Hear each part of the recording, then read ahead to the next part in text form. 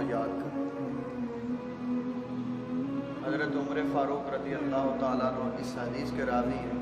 آپ فرماتے ہیں کہ ہم 10 آدمی تھے جو نبی پاک علیہ السلام کی بارگاہ میں بیٹھے ہوئے تھے۔ حضور نبی پاک علیہ السلام کی زیارت کر رہے تھے تو ایک اعرابی آیا، اس نے آ کے عرض کی، یا رسول اللہ صلی اللہ علیہ وآلہ وسلم، دنیا میں سب سے زیادہ عقل مند کون ہے؟ ہم تو سمجھتے ہیں نا کہ جو اچھی بات کر لیتا ہو وہ عقل مند ہے، وہ سمجھدار ہے، جس کو بولنے کا پتہ ہو وہ سمجھدار ہے، عقل مند ہے۔ لیکن میرے حضور کا فرمان سنو، میرے حضور نے فرمایا کہ سب سے عقل مند وہ ہے جو موت کو زیادہ یاد رکھتا ہے، جو موت کو ہر لمحہ ہر پل یاد رکھتا ہے، وہ زیادہ عقل مند ہے۔ صحابہ نے عرض کی، یا رسول اللہ وہ کیسے؟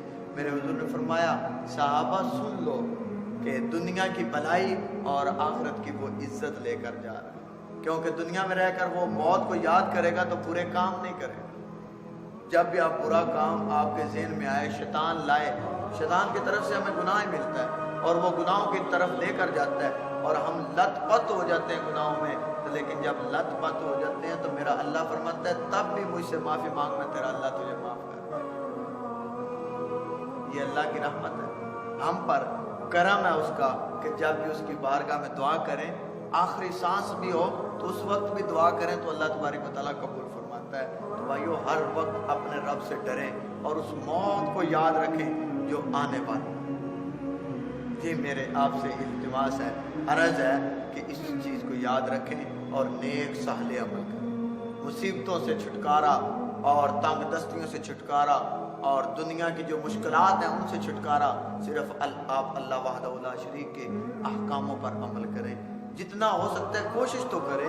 جب آپ کوشش کریں گے اللہ خود بخود آپ پر رحمت نازل فرمائے گا، آپ اللہ کی راہ میں لگیں۔ کوشش کرنے سے کام ہوتا ہے، یہ نہیں کہ ہم بیٹھے رہیں تو نوالا ہمارے منہ میں چلے جائے، نہیں، ہاتھ ہلانا ہے تو نوالا منہ میں جانا ہے۔ اس لیے نیک عمل کرنے کی کوشش کرنی ہے تو اللہ نے ہمیں توفیق عطا فرمائے۔